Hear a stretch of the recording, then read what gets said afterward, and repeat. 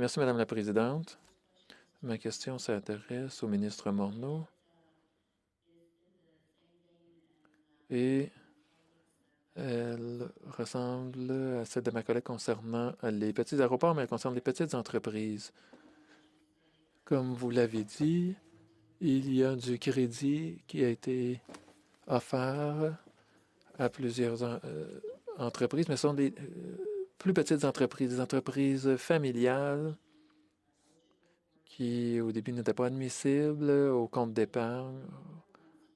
Elles ont dû même attendre après que vous ayez changé les critères pour permettre aux masses salariales de moins de 25 000 pour être admissibles, mais parce que c'était EDC et pas une organisation qui connaissait déjà ces entreprises. Les coopératives de crédit ont dû attendre encore plus. Ça a pris un mois.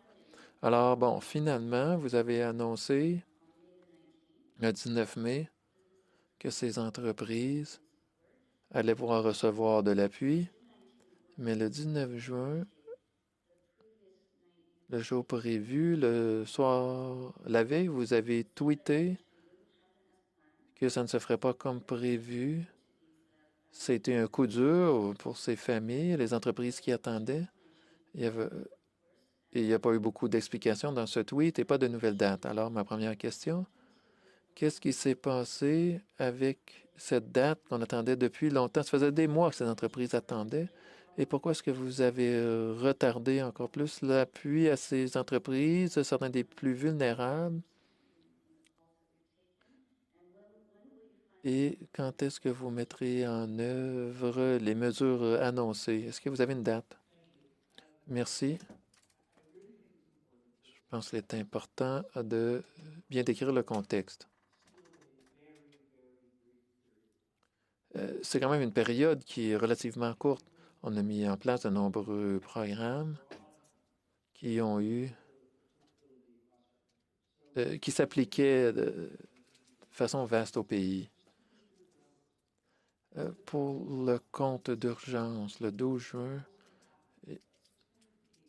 680 000 petites entreprises qui avaient été approuvées pour ces comptes d'urgence représentant 27 milliards de dollars de fonds déboursés.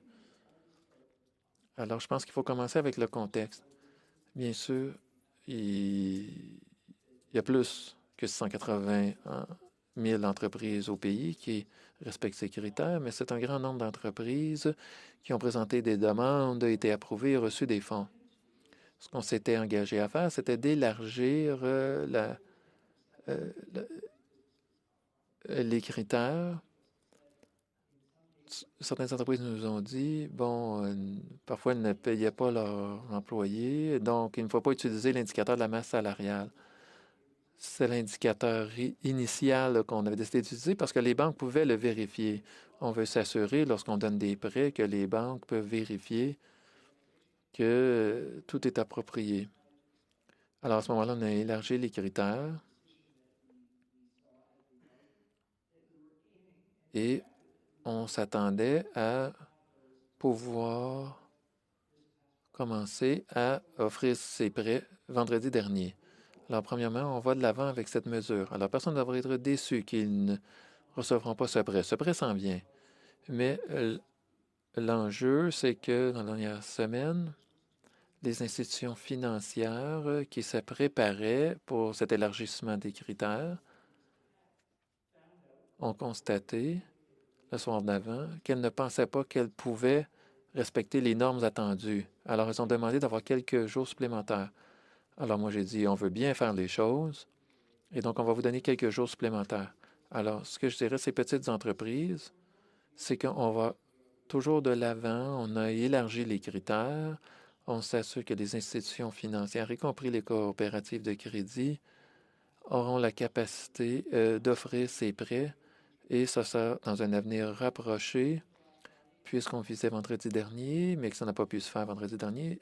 Je ne peux pas vous dire quelle sera la date exacte, mais on y travaille jour et nuit. Merci, Monsieur le ministre.